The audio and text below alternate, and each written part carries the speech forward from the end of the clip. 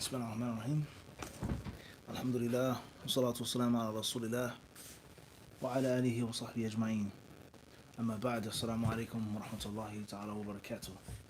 Tonight's lesson, by the permission of Allah, the Mighty and Most High, will be on Al-Lu'lu wal-Marjan فيما اتفق عليه الشيخان. طيب, let's move forward on Kitab al-Siyam. Last week, discussing some issues pertaining to fasting the day of Arafah. And the day of Arafah with regards to the pilgrim. And before that, we're talking about traveling and fasting. Traveling and fasting. Inshallah ta'ala, everyone watching, hopefully the sound is good. No technical difficulties with the sound or the connection. Bismillah. Inshallah, if someone could let me know. Jazakumullahu khairan. Alright. Let's get started, inshallah. Sheikh Muhammad Fawad Abdul Baqi, rahimahullah, says, chapter 19, Babu Sawmi Yawmi Ashura.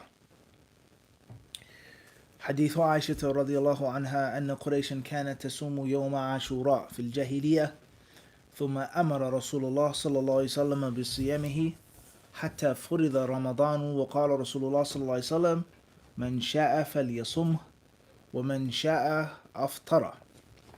We have a very long chapter, several hadiths. Start off with the first one. Is narrated, or the chapter, it says, Sawmi Yawm Ashura, fasting Ashura, i.e., the recommendation of fasting this day. That this is a recommended day. Fasting the day of Ashura, it is not a cultural norm. It's not a cultural holiday or traditional feast. At nighttime, special candies, special treats. Rather, it is an act of devotion. It is an act of spiritual worship. Worship, drawing nearness and closeness to your deity of worship, Allah, the Mighty and the Most High. So, if we can affirm and if we can establish that it is an act of worship and is not cultural or traditional, it's not for a race or a people, but it's actual worship to the Creator, then that automatically means two things must be done. Number one, it must be done sincerely for Allah. Not 80% for Allah, 20% for the Prophet. 75% of Allah, 25% for Hassan, Hussein, and Ahlul Bayt. 70% for Allah and 30% for the scholars. It has to be all for Allah. Secondly, this act of worship must be done only according to how Muhammad sallallahu alaihi wasallam legislated it. It cannot be legislated according to a culture or a custom or a tribe, an imam, a school of thought, but the Rasul sallallahu alaihi wasallam, how he fasted, how he told us to fast, what he told us to do and what not to do. Khair, inshallah. These two things lead us to a third thing, which is knowledge. Now we have to learn about Ashura. Why, how, when, etc. And that is the systematic process of al-ibadah. And something so simple, so fundamentally easy, so many of us don't know about. And we're heedless. Or we know about it, but we neglect it. And it's just become a tradition, a holiday. You just go to Juma on Friday, you just do this on the Eid, and we've lost the spiritual content, the spiritual core. Khairan, inshallah. So therefore, fasting recommended days and not the obligatory days in the month of Ramadan, but the recommended days. The recommended days. Moving forward. So the first hadith is narrated by Aisha radiallahu anha, hadith 688. Narrated Aisha, may Allah be pleased with her. Quraysh used to observe on the day of Ashura in the pre-Islamic period. And then Allah's Messenger, may prayers and peace be upon him, ordered to observe Sawm on it till a Sawm in the month of Ramadan was prescribed. Whereupon the Prophet ﷺ said, he who wants to observe Sawm may do so, and he who does not want to observe Sawm may do so. Hadith 689, Hadith ibn Umar رضي الله عنهما قال كان عاشوراء يصومه أهل الجاهلية فلما نزل رمضان قال من شاء صامه ومن شاء لم يصمه. Narrated Ibn Umar رضي الله عنهما, fasting was observed on the day of Ashura by the people of Jahiliyyah. But when the month of Ramadan was revealed, the Prophet ﷺ said, it is up to one to observe Sawm on it or not. طيب. Hadith 690. حديث عبد الله بن مسعود رضي الله عنه دخل عليه الأشعث وهو يطعم فقال اليوم عاشوراء فقال كان يصام قبل أن ينزل رمضان فلما نزل رمضان ترك فدنو فكل. Narrated Abdullah bin Mas'ud رضي الله عنه, Al-Ash'ath entered upon him while he was eating. Al-Ash'ath said, today is Ashura. I said, fasting had been observed on this day before Ramadan was revealed. But when Ramadan was revealed, observing Sawm was given up, so come and eat.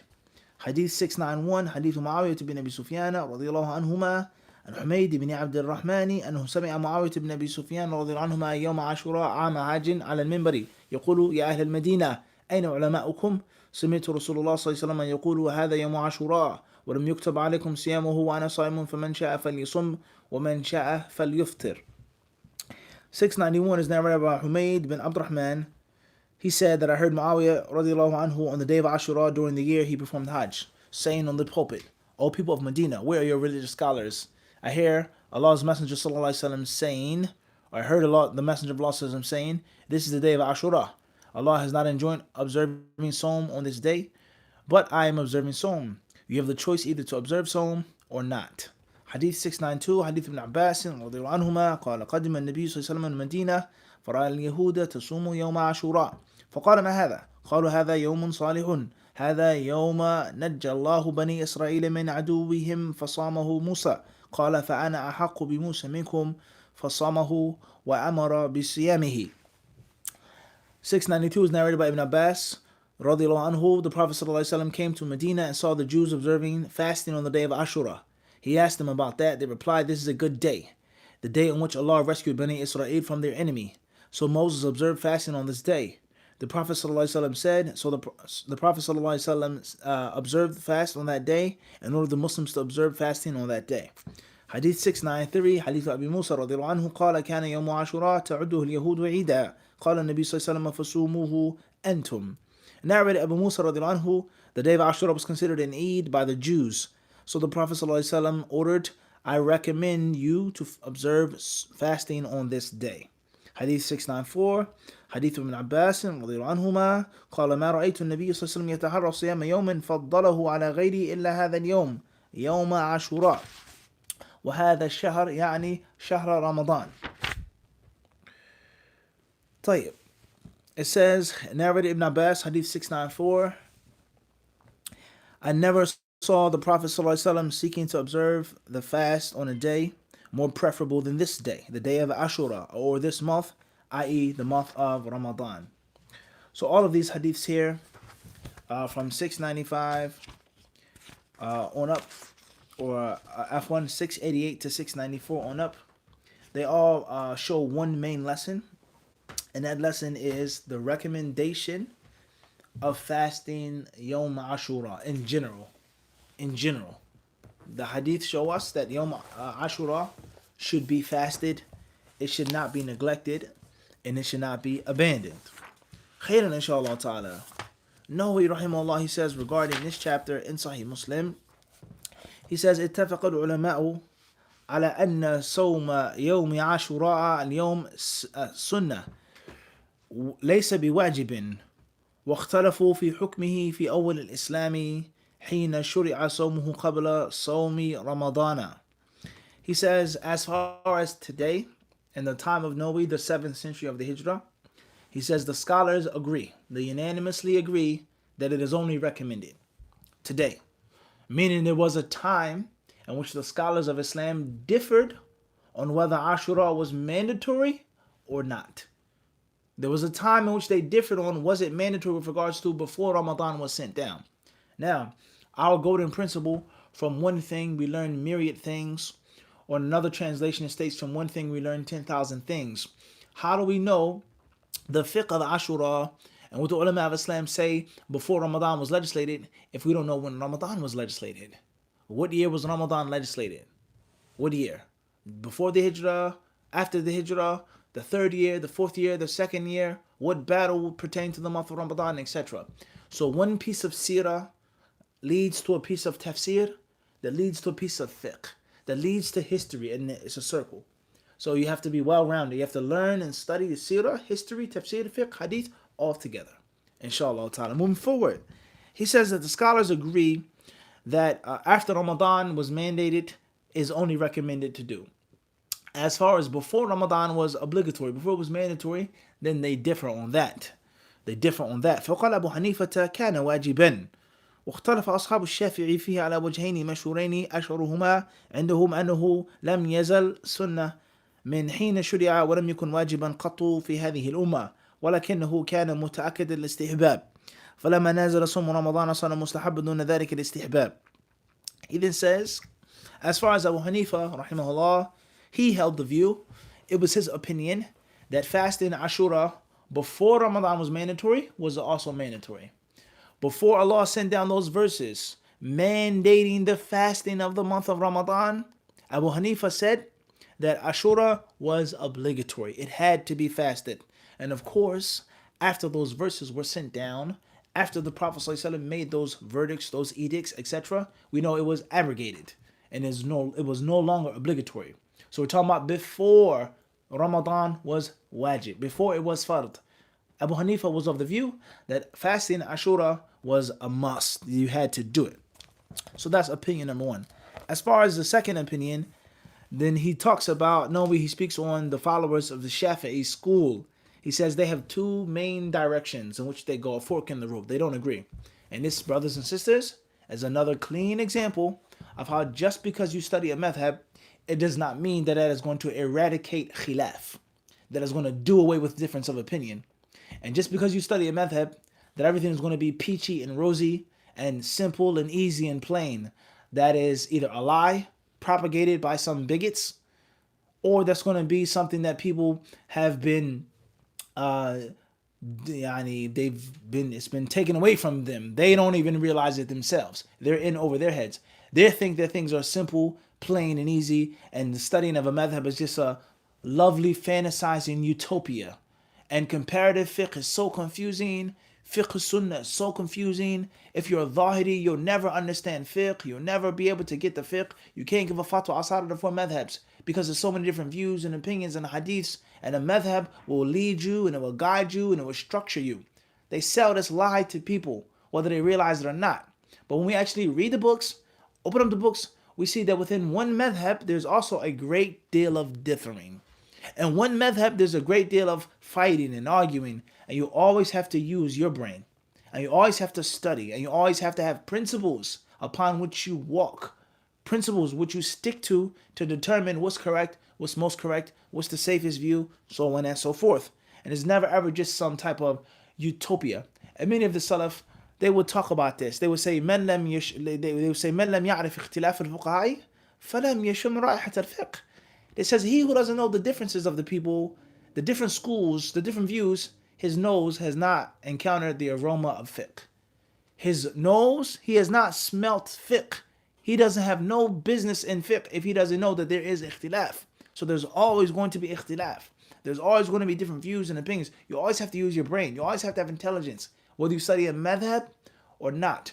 As a beginner, starting off with one view, a beginner emptying his cup, being spoon-fed. As a beginner, yes, I wouldn't give my baby a bony fish.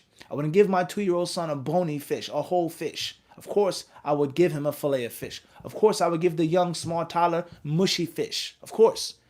But as a 6-year-old, a 7-year-old, then they learn how to pick the bones. They learn how to take out the little spiny bones. They learn not to eat this. They learn to crack this open, to rip this open, to take this off. They're older.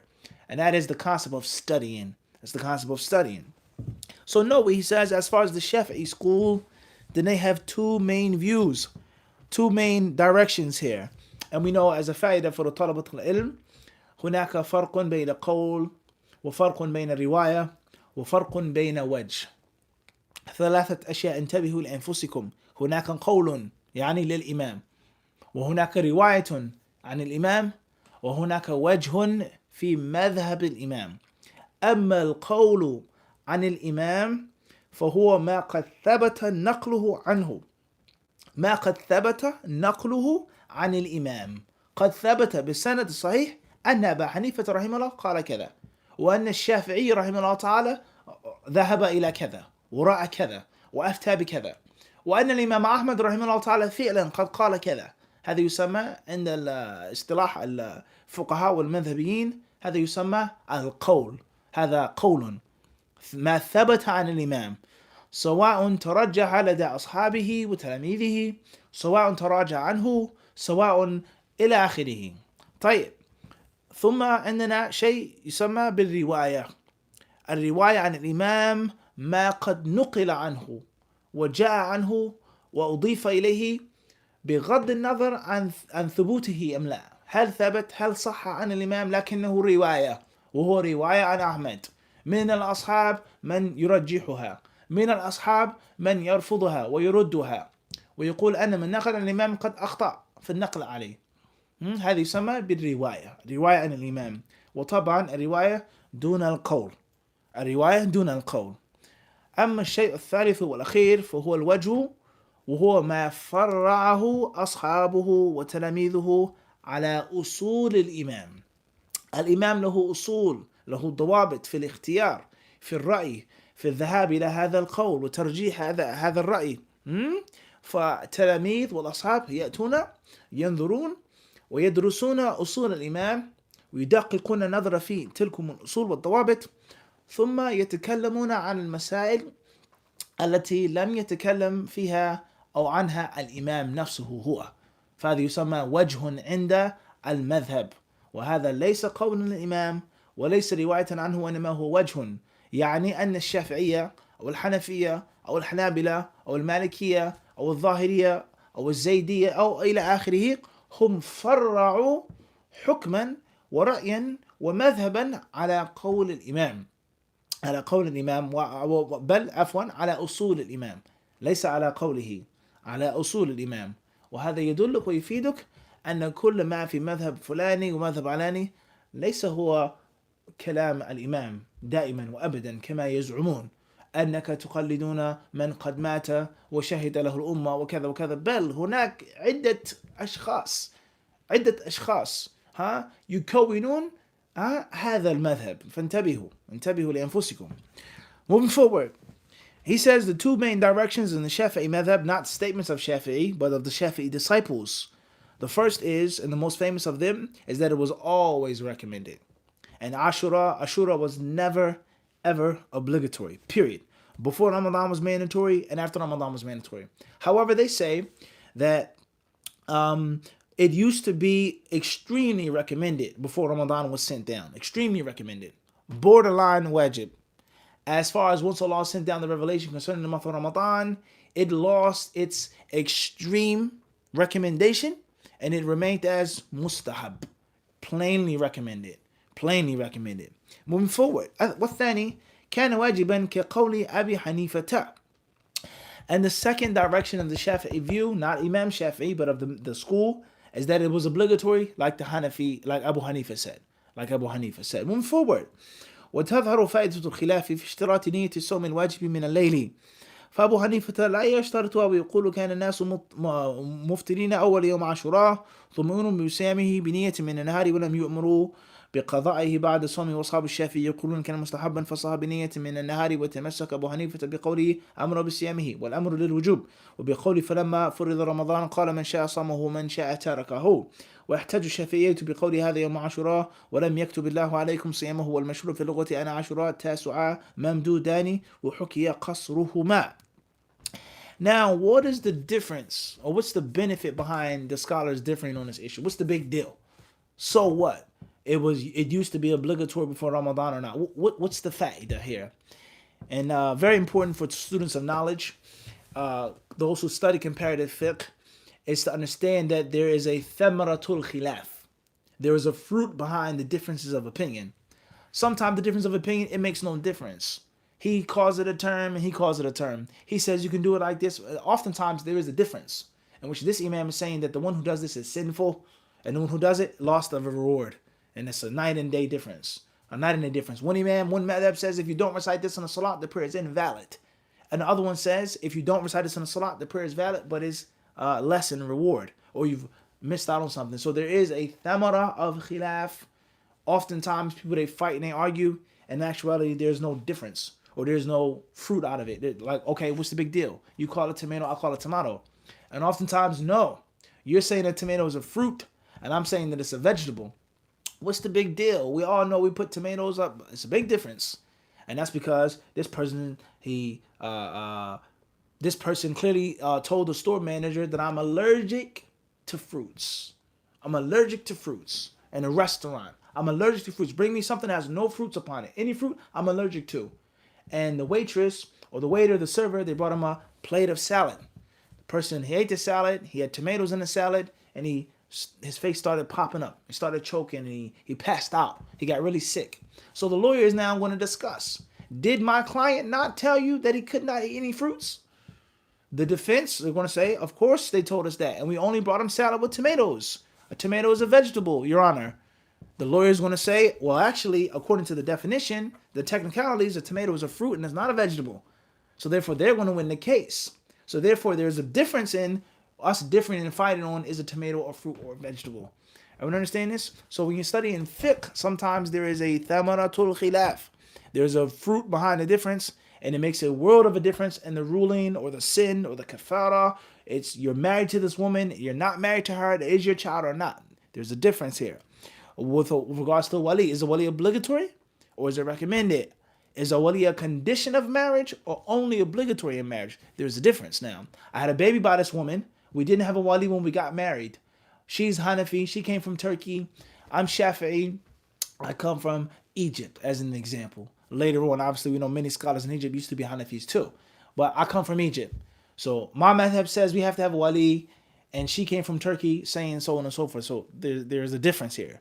He says that the thamara, the fruit of difference here, the khilaf is that, he says here, is regarding making a condition for your fast.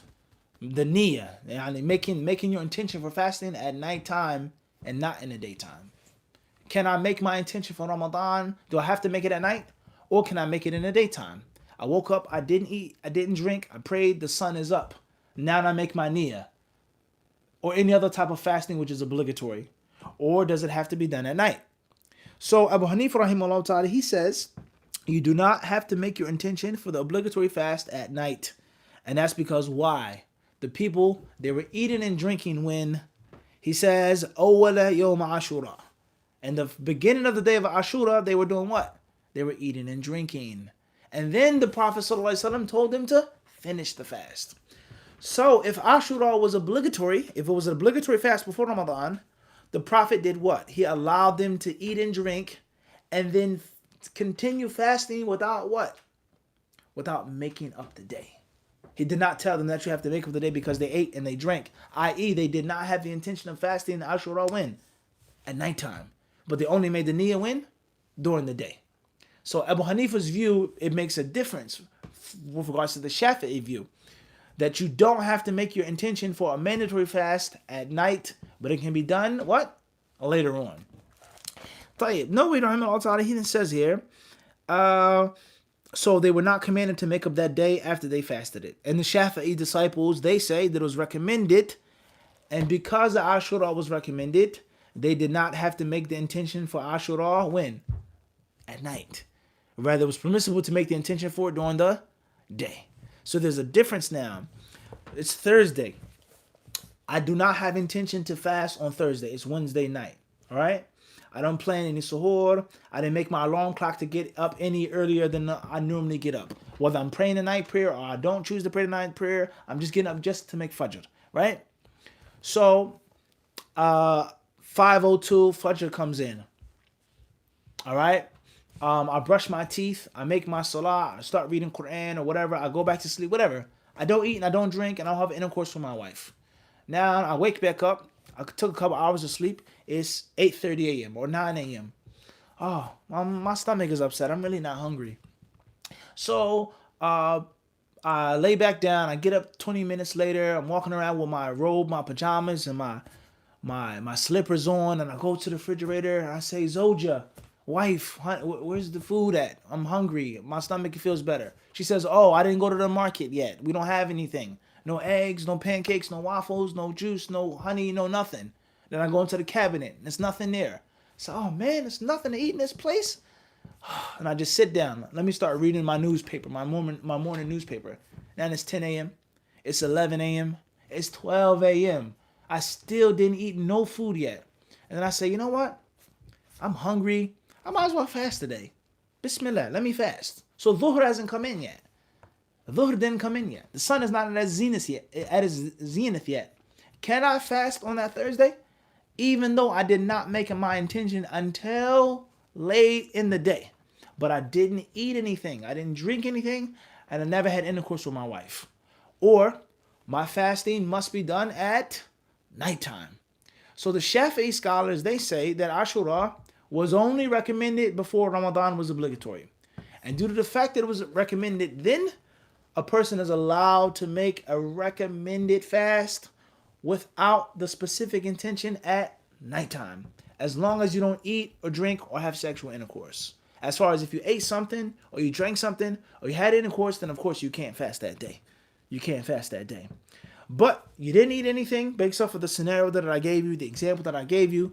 You're frustrated. You slam the refrigerator door. Oh, this dump. There's no food in here. SubhanAllah, why didn't you go to the market? You tell your children, why didn't you bring me something back from the store? We're sorry, Abby. We didn't think you would want anything. He's hungry. So instead of him wasting the day, he says, I'll fast. Or that's not the scenario. He just doesn't want to eat yet. And then later on, he's reminded by his righteous wife. She says, honey, you should fast today. It's Thursday. You should get closer to Allah. You should get some reward. He says, okay, no problem. Can you do that or not? That's based off of, nobody says, was Ashura mandatory before Islam or not? Everyone see the difference here? How it's not just that simple? Moving forward, khairan inshallah. He goes on to mention some of the proofs and evidences of the Hanafi scholars. From them is that the Prophet amara bisiyamihi wal amru lil wujub. The Prophet commanded the people to fast. And whenever the Prophet commands us to do something, that thing becomes what? Obligatory. Once again, you see the zahir of the text. Secondly, al-asl, in al-asl fil amr al-wujub. The default ruling is that when the Prophet tells us, the thing is obligatory. And of course, we know we'll find in 100 other issues, the Shafi'i scholars, the Hanafi scholars, they'll say, the Prophet sallallahu alaihi wasallam, he says, "Man ata minkum al jum'ata falyaghtasil." Whoever comes to Jumu'ah on Friday should wash. They say, "Kama taqulu li zamilik haqquka alayya wajib." Haqqun ala kulli muhtalim. Yani the Prophet says it's a right upon every pubescent human, pubescent adult to. Obviously, it's an oxymoron. If you're an adult, then you're already in puberty. You're past puberty. You get the point I'm trying to make. Anyone who's baligh, he has to wash. And they say it doesn't mean it's obligatory. You don't have to wash. It just means like you tell your friend, my service to you or your haqq is mandatory upon me. So what is it now? Is the asl wujub or not? Is the asl of the amr wujub or not? Or istihbab?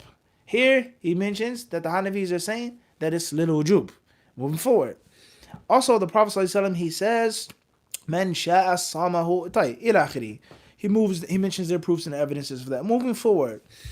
قوله صلى الله عليه وسلم من شاء صامه ومن شاء تركه معناه أنه ليس متحتما فأبو حنيفة يقدر ليس بواجب والشافعية يقدر ليس متأكدا أكمل التأكيد وعلى المذهبين فالسنة مستحبة الآن من حين قال النبي صلى الله عليه وسلم هذا الكلام قال القاضي عياض وكان بعض السلف يقول كان صوم عاشوراء فرض وهو باق على فرضيته ولم ينسخ قال وانقرض القائلون بهذا وحصل الإجماع على أنه ليس بفرض وإنما هو مستحب وروي عن ابن عمر كراهة قصد صومه وتعيينه بالصوم والعلماء مجمعون على استحبابه وتعيينه للأحاديث. طيب, moving forward, he then goes on to say, regardless of what it was before, it's recommended and it's recommended al-an right now. طيب. Then he quotes Qadi Iyad by saying that some of the pious predecessors, some of the Salaf al-Salih, some of the earliest Muslims, the first community of Muslims, some of them held the view that fasting the day of Ashura was mandatory. Some of them held the view that it was mandatory, walam yunsakh, and it was not abrogated.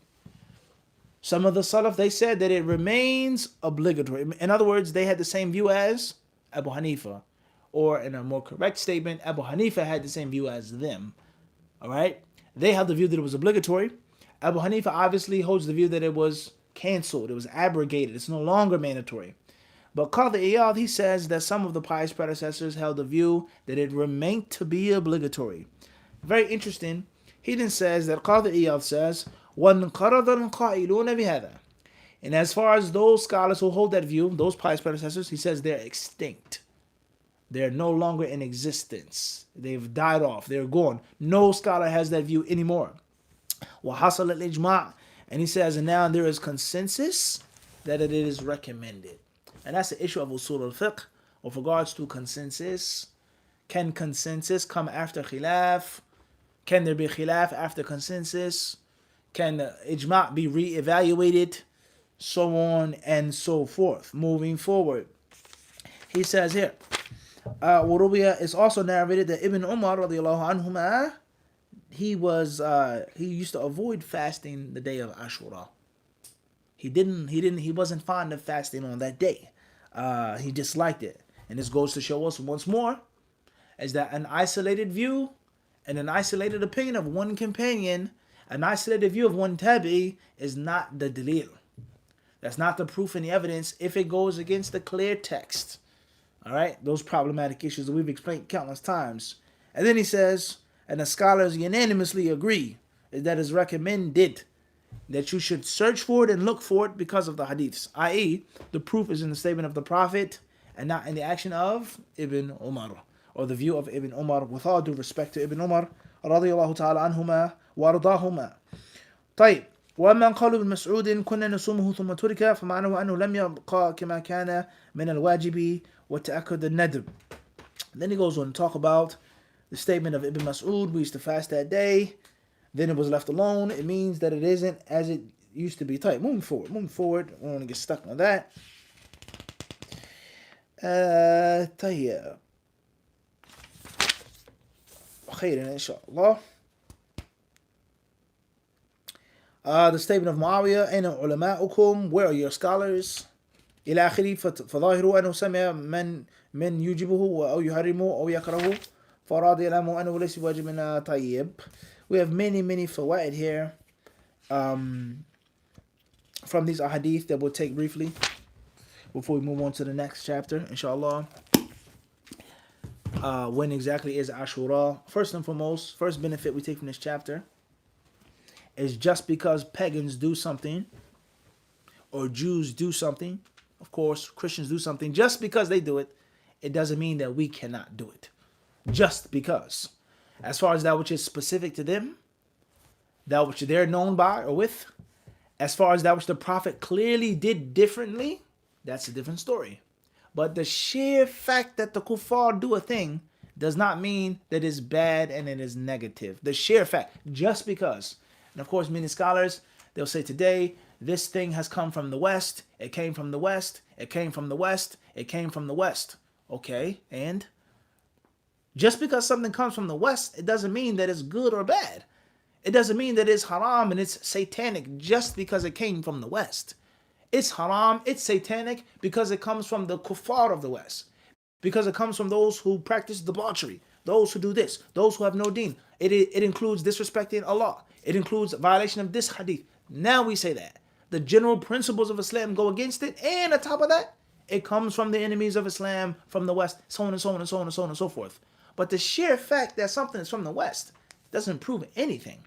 And we all know what history teaches us with regards to xenophobia and the countries that were extremely xenophobic and how they looked down and they scorned everything that was Western. And they called the Western traders, the Western military personnel, they called them barbarians. They were like dogs, okay? Look at China. Look what happened to China. China refused to trade with Great Britain. They refused to trade with the United States. They called them dirty, filthy, stinking barbarians. Your measly offerings that you give to the emperor, we have bigger, we have better. They gave them pottery. They tried to give them certain bowls. And the emperor, the Chinese, they said, bring them our pottery, show them our pottery. And it was no comparison. It was so fine and delicate that the Westerners themselves, after that, they called all pottery what? China. That's all you had to say. China. Fine China. Could you imagine? Just stop and think about this story now. Listen to this. For Pottery, China includes a cup. It could be a plate, a bowl, a tumbler, a growler, with so many different things, all China, pottery. But one word is given, China. That's how excellent the skill of the Chinese was in comparison to the Westerners. So they scorned the Westerners. They kicked them out. They threw them out. Leave the emperor's court. We don't need to trade with you. We have no need for you. Everything that you're offering us, we have. And it looked good and it sounded good, but what happened afterwards? The Opium Wars. Look at what they lost in lives and money and wealth. The Japanese, no different. They looked down upon them. They scorned them. They called them barbarians. And then when they appeared with their naval guns and they said, you have two options. Open up your country for trade or we'll bomb you to smithereens. And we all know what happened. We all know who won that war and won that battle. The point is that historians, they say, is that many people in ancient China and ancient Japan, not only were they xenophobic and proud of their culture and their customs and their religion, but they were extremely arrogant. And they looked down upon people that they were not supposed to look down upon. Has the Chinese civilization been in existence longer than the barbarians of America and of Britain and France and Portugal and Germany? Yes. Are they advanced in many things? Yes. Sciences, military arts? Yes. But it doesn't mean that this filthy, dirty, stinking barbarian has no virtue and has no technology and has no things that are far more superior than yours. And a wise emperor would learn and he would accept. And we all know about the Meiji Restoration and what they did. And they brought them a toy train, a train model. And that was the change of ancient Japan coming into the modern world today. When I here to give a history lesson, when I here to mention this story any further, I'm trying to make one point. And that is, a wise person, he takes the benefit, he takes the good, he takes virtue, whoever brings it. If it's a barbarian that brings it, he takes it. If it's someone from his race or culture, he takes it.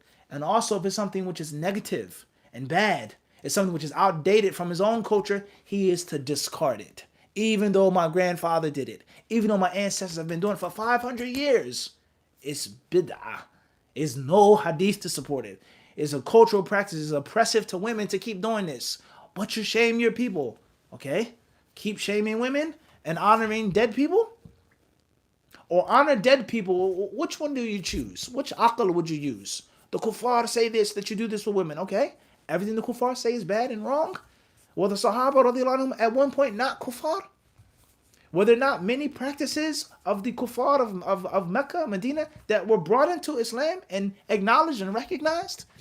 So the concept of just because people of Jahiliyyah do a thing, or the Jews do a thing, or the Christians do a thing, it does not necessitate that that thing is bad and negative. Some things, certain things, many things, maybe most things, but not all things. And there are many hadiths in which the Prophet ﷺ acknowledged and took things from non-Muslims. The man who led him from Mecca to Medina was a what? It was a mushrik. The lead, the guide, who allowed him, by Allah's permission, to escape those who tried to kill him in Mecca, was a pagan. He didn't say to him, oh, you're a pagan, you can't lead me. Your skill, your knowledge of knowing where to go and invading them and tracing and tracking. No, he didn't say that. The Prophet ﷺ, he took the expertise and he took the skill of a non-Muslim. So we need to wake up and we need to realize is that wisdom belongs to Allah. Allah is Al-Aziz Al-Hakim. Allah is Al-Alim. Okay, he teaches. He taught man technology. He taught man about trains and planes, and he taught man about this. The kuffar don't own it. They don't monopolize it. Allah tested them by lending it to them. And we should learn it and practice it and use it for the advantage of Islam and for the advantage of Muslims. Next fact that we take from this is with regards to recommended acts. It is no sin upon those who don't do those recommended acts. Tayyib, khairan inshallah. Moving forward. We see here as well that the leader of the Muslims should be mindful of the state of the ummah. He should enjoin the good and he forbid the evil, even upon the minbar, as it states here. And it shows us the responsibility of the scholars, is that they are responsible for teaching the deen. Muawiyah, he said, Ayna ulama'ukum, where are your scholars? They are responsible for teaching the people and guiding the people. Tayyib. We also see the virtue of Musa alayhi salatu wasalam. And we see the virtue of the month in which Ashura is in, which we'll mention in the next classes, bi'idhnillahi ta'ala. Khairan inshallah. Also, this goes to show us is that certain days are special. But those days are made special by Allah and His Messenger. Celebrating the Prophet's birthday. Is it an insignificant day? It means nothing, has no value, no importance? Or is it a holiday, an Eid, in which we should fast or celebrate its nighttime and read the seerah? Or are we in the middle?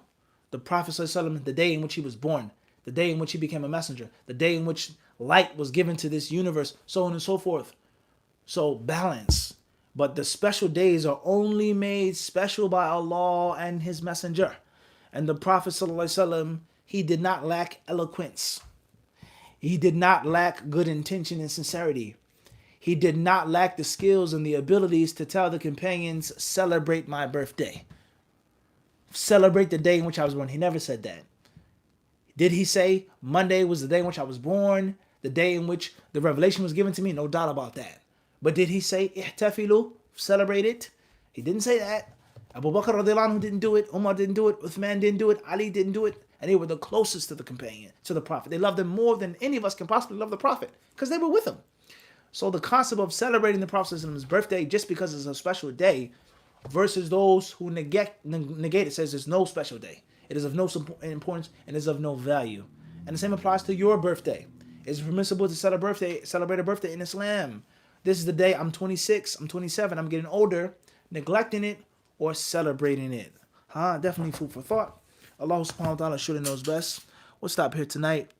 Sallallahu sallam mubarak ala abdihi wa rasulihi nabina wa imamina Muhammad.